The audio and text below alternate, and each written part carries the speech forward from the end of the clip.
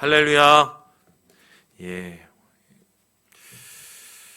오늘 우리가 살펴볼 말씀은 야고보서입니다. 야고보서는 야고보가 썼습니다. 이 성경에는 야고보라고 설명하는 이름이 몇 가지가 등장하지만 특별히 야고보서를 쓴 사람은 예수님의 동생인 야고보입니다. 그는 예루살렘의 교회의 수장이었고 또한 그 수장으로서의 책임을 감당했는데요.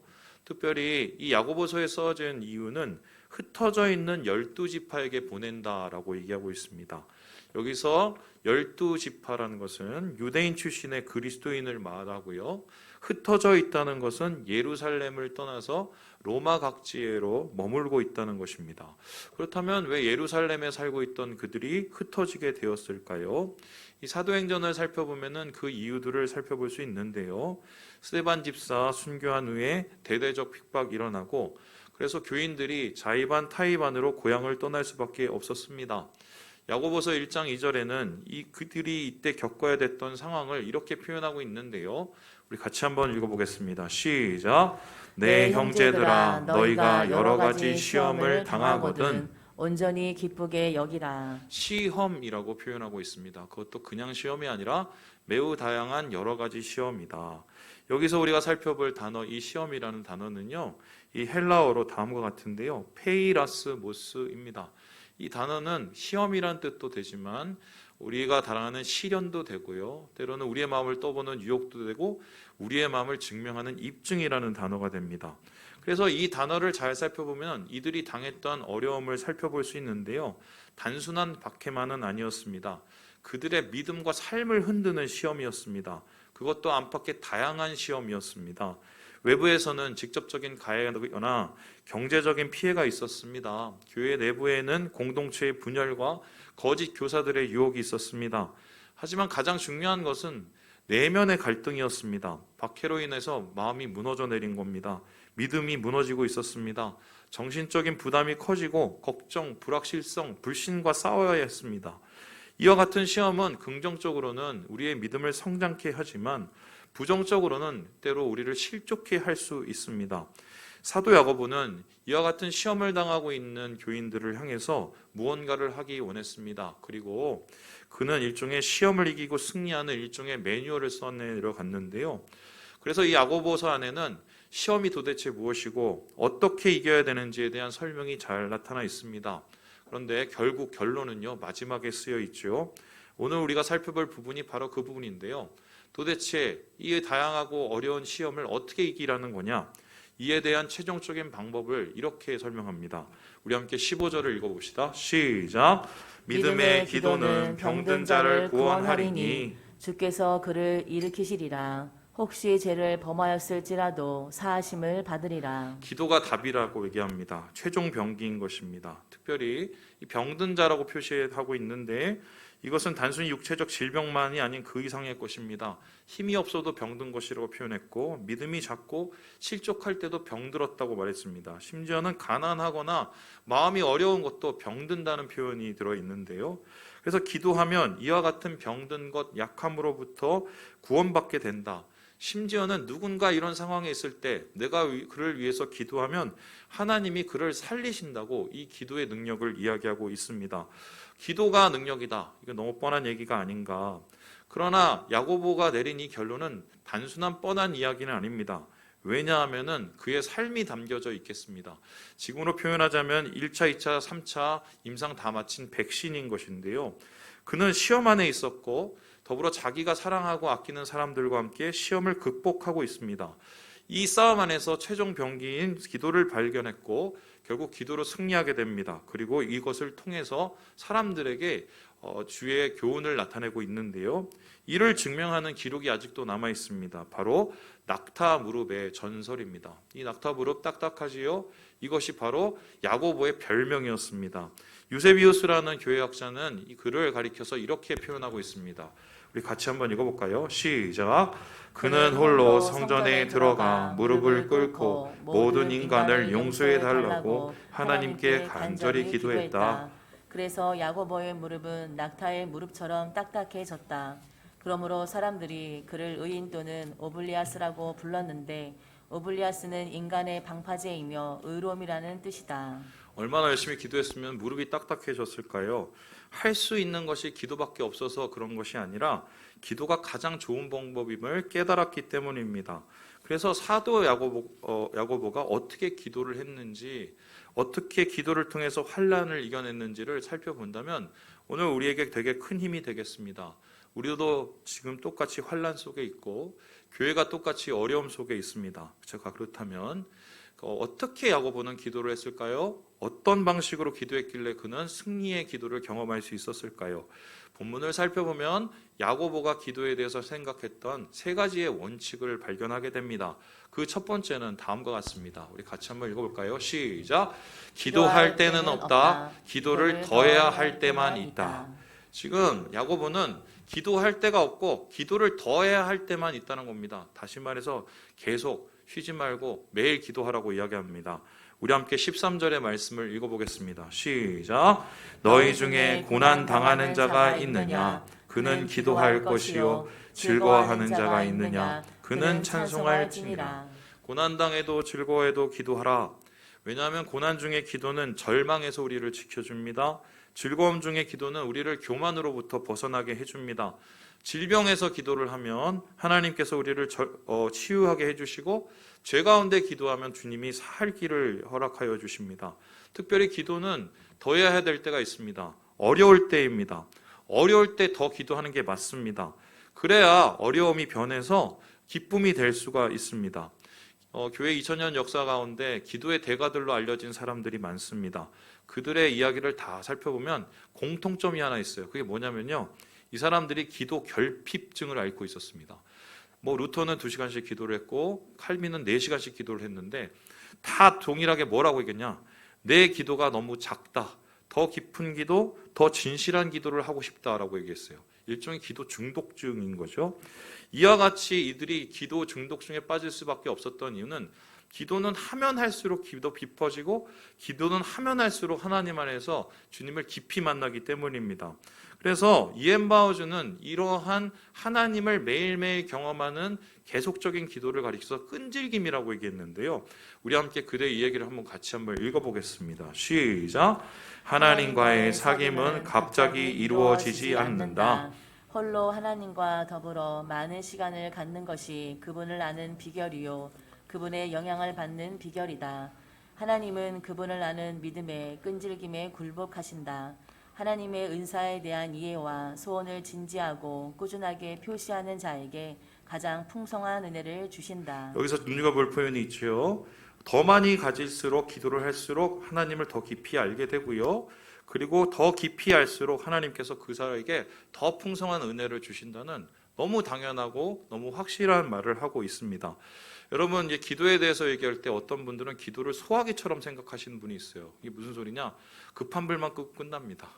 근데 이것도 하나님께서 허락은 하시지만 때때로 불이 나도 끄려고 해도 잘 안 꺼질 때가 있어요. 왜 그럽니까?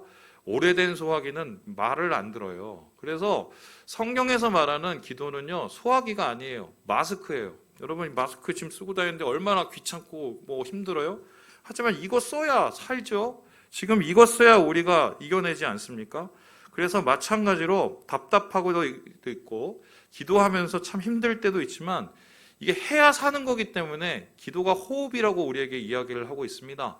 그래서 오늘 본문에서 야고보는 내 기도의 첫 원칙, 나는 매일 기도한다, 항상 기도한다, 쉬지 말고 기도한다. 그게 나의 기도의 승리의 비결이라고 이야기를 하고 있는 것입니다. 두 번째로 야고보가 말하는 기도의 생각 원칙이 무엇일까요? 우리 같이 한번 읽어보겠습니다. 시작!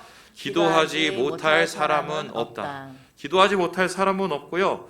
못하는 게 아니라 안 하는 거라고 이야기를 하고 있습니다. 우리 함께 17절의 말씀을 읽어봅시다. 시작!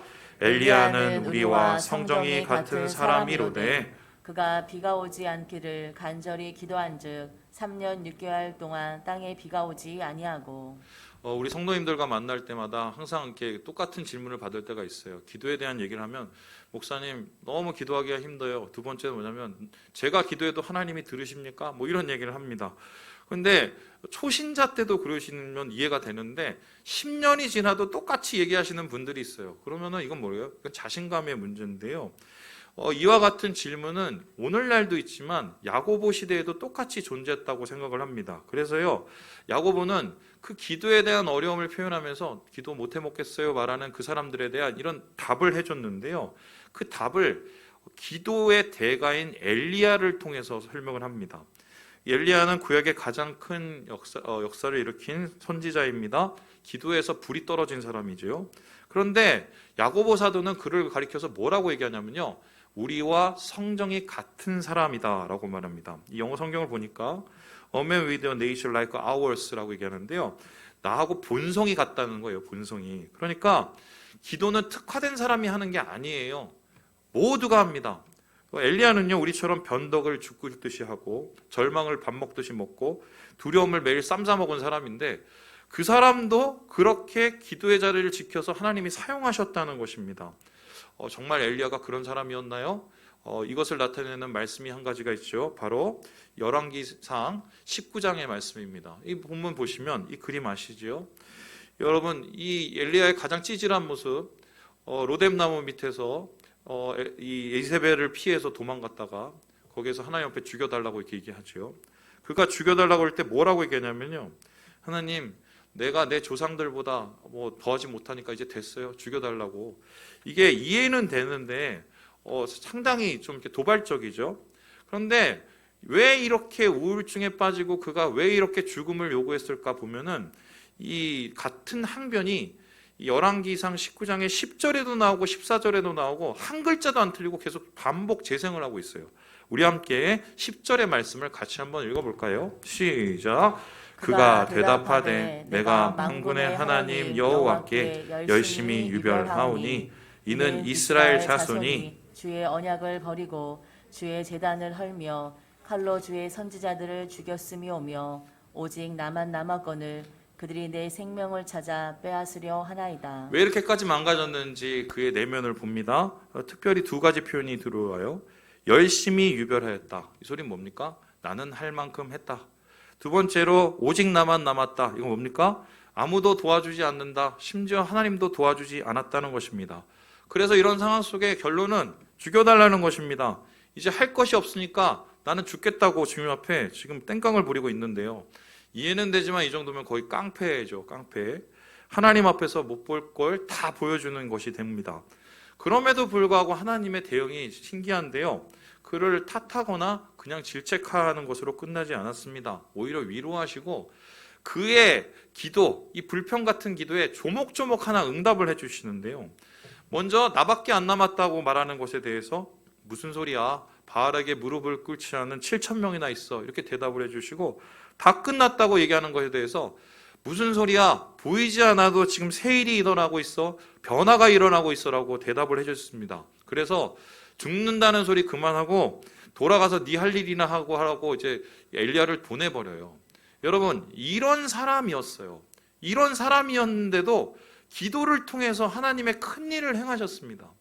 여러분, 우리가 우리 자신의 그 가능성을 자꾸 못하게 보게 되는데요, 그리고 기도의 능력을 자꾸 포기하게 되는데요, 기도는 해야 맞는 거예요. 예수 믿는 사람 기도 안 하면 그건 예수님의 능력을 거의 10%도 활용하지 못하고 있는 거거든요. 그래서 오늘 야고보는 우리에게 이렇게 선언을 하죠. 나는 기도하지 못하는 사람이 아니라 기도 안 하는 사람만 있다고 얘기합니다.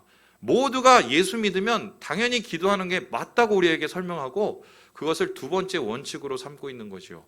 마지막으로 야고보가 말하고 있는 기도에 대한 생각은 무엇일까요? 우리 함께 같이 읽어보도록 하겠습니다. 시작. 기도하지 않는 교회는 없다. 만일 있다면 그것은 교회가 아니다 라고 얘기합니다. 이게 무슨 말일까요? 우리 함께 14절의 말씀을 같이 한번 읽어보겠습니다. 시작. 너희 중에 병든 자가 있느냐? 그는 교회의 장로들을 청할 것이요 그들은 주의 이름으로 기름을 바르며 그를 위하여 기도할지니라. 특별히 야고보의 가장 세 가지 원칙, 마지막 원칙은 굉장히 중요한 원칙인데요, 같이 기도하라는 거예요. 특별히 같이 기도하를 서로 기도하라고 얘기하는데요, 서로 기도하라는 말은 서로를 위해서 기도하라는 말임과 동시에 서로 함께 모여서 기도하라는 뜻입니다. 함께 기도하면 능력이 일어나고 역사가 일어난다는 말입니다. 지난주에 우리가 계속해서 요한복음을 묵상하고 있습니다. 여러분 보시면 알겠지만 예수님께서 유대인들하고 계속 논쟁을 벌여요. 지금 대선 후보는 논쟁을 피하고 있는데 예수님은 피하지 않고 계속 논쟁을 하십니다. 그런데 이 논쟁의 시작을 여러분 아십니까? 바로 예수님께서 성전에 올라가셔서 장사치들을 쫓아낸 성전 청결 사건이었습니다. 예수님께서 올라가셔서 이 끈을 가지고 쫓아내시고 성전을 깨끗게 하셨는데요. 이 성전 깨끗하게 하신 후에 예수님께서 말씀하신 이 말씀이 굉장히 인상적입니다. 우리 함께 2장 16절의 말씀을 읽어봅니다. 시작. 비둘기 파는 사람들에게 이르시되 이것을 여기서 가져가라. 내 아버지의 집으로 장사하는 집을 만들지 말라 하시니. 하나님께서는 예수님을 통해서 이 예루살렘 성전의 존재 목적의 이유를 밝혀주셨습니다. 이것은 아버지 집인데 장사하는 집은 아니라는 거예요. 그러면 이 아버지 집은 왜 지어졌느냐? 동일 이 병행 구문에 뭐라고 얘기하냐면요, 만민이 기도하는 집으로 삼기 위해서 하나님께서 이 성전을 지었다는 것입니다. 맞죠? 교회의 존재 목적의 이유가 뭐예요?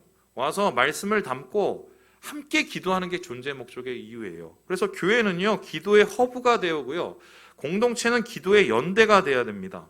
기도는 혼자 하는 것으로 끝나면 안 돼요. 함께 해야 됩니다. 그래야 하나님의 역사가 일어나게 됩니다. 가끔 보면은 이 목사님 중에서도 기도 무용론을 얘기하시는 분이 있어요. 이게 뭐냐면요, 어차피 하나님 다 하시고 하나님께서 뭐 다 우리 상황을 아시는데 아껴서 다 해주는 거니까 기도하지 말고 차라리 그 시간에 뭘 하라고 얘기합니다. 실천하라고 얘기해요. 그래서 한마디로 이거는 기도 대체론이라고 할 수 있겠는데요, 이해는 됩니다. 그냥 골방에 앉아서 기도해봤자 그 뭐가 나오냐. 그러니까 한마디로 그걸 놓고 하나님의 공의를 위해서 일하라는 거죠. 이해는 되지만 문제가 있습니다. 왜요? 사람의 일이 될 수 있기 때문이에요. 야망과 소망을 사람들은 잘 구별을 못해서 이게 하나님 위해서 하고 있다고 얘기를 하다가 결국 장사치들의 무덤으로 만들어버린 게 예루살렘 성전이었어요. 그들에게 빠졌던 것이 뭔지 압니까? 하나님 안에서 함께 기도하는 것이 없었어요. 함께 기도했으면 자신을 돌아봅니다. 우리를 돌아봅니다. 변하죠. 내가 변하면 상황이 변합니다. 상황이 안 변하면 하나님이 환경을 변화시켜 주시는 게 이게 기도의 출발인데요, 이러한 하나님 앞에 기도하는 것을 쏙 빼버리고 한마디로 인간적인 일만 구해서 예루살렘 성전이 그 모양 그 꼴, 장사치들의 무덤이 돼버리게 된 것이지요. 여러분, 기도의 대가 바울이 왜 수많은 사람들에게, 교인들에게 자기를 위해서 기도하라 해달라고 요청했을까요?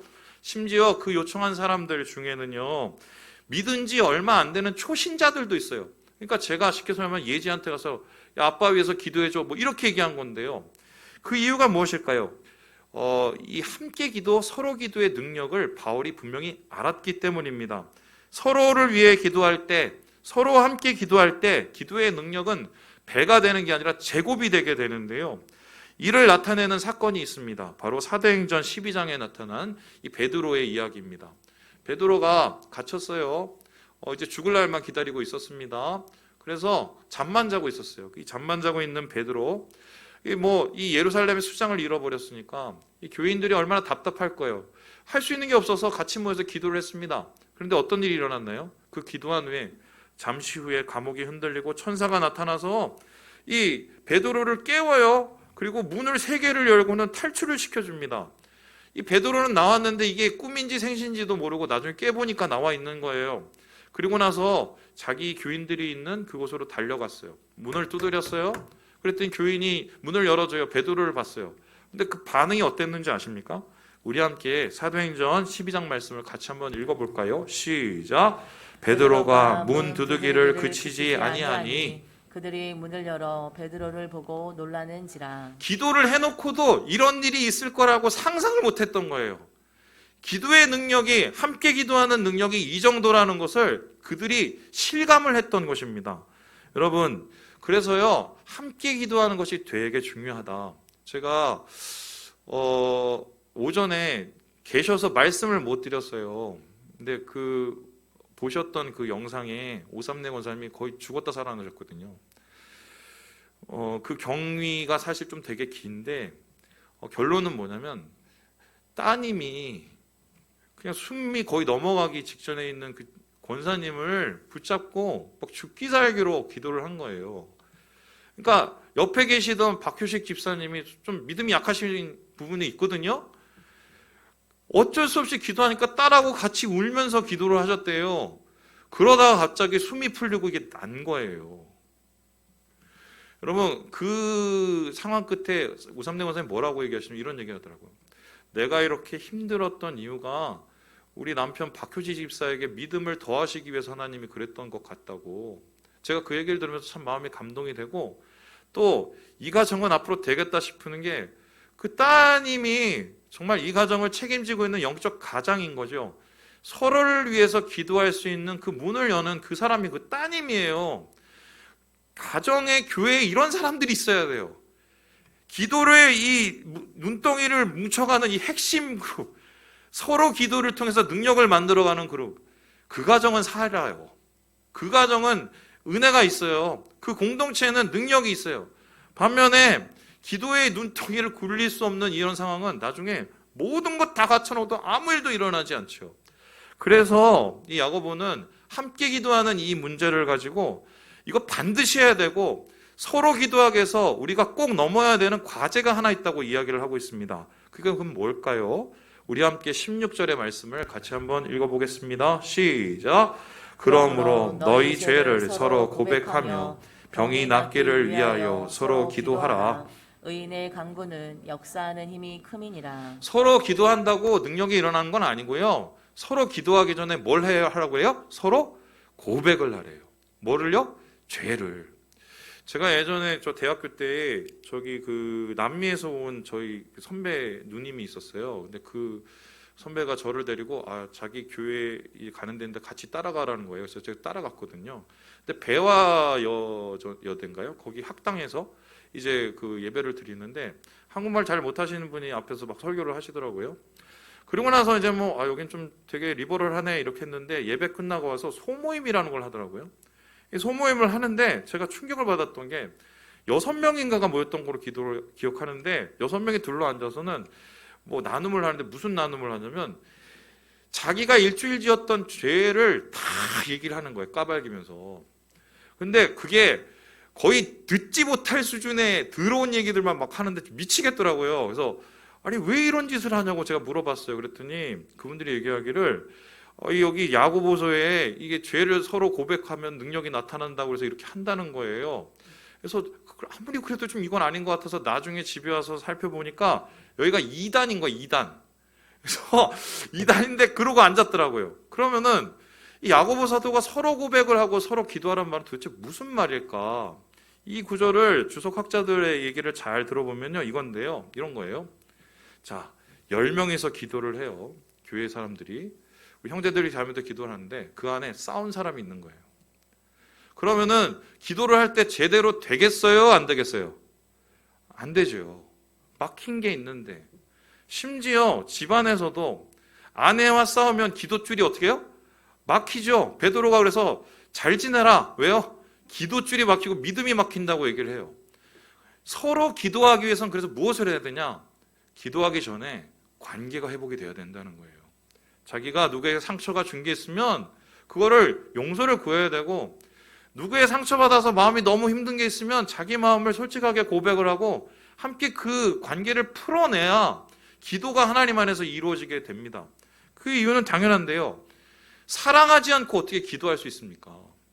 용서하지 않고 어떻게 서로를 위해서 중보할 수 있을까요? 그래서 주님께서는 야고보를 통해서 함께 서로를 위해서 기도하기 위해서는 이 관계를 풀어내는 게 먼저라고 얘기를 합니다.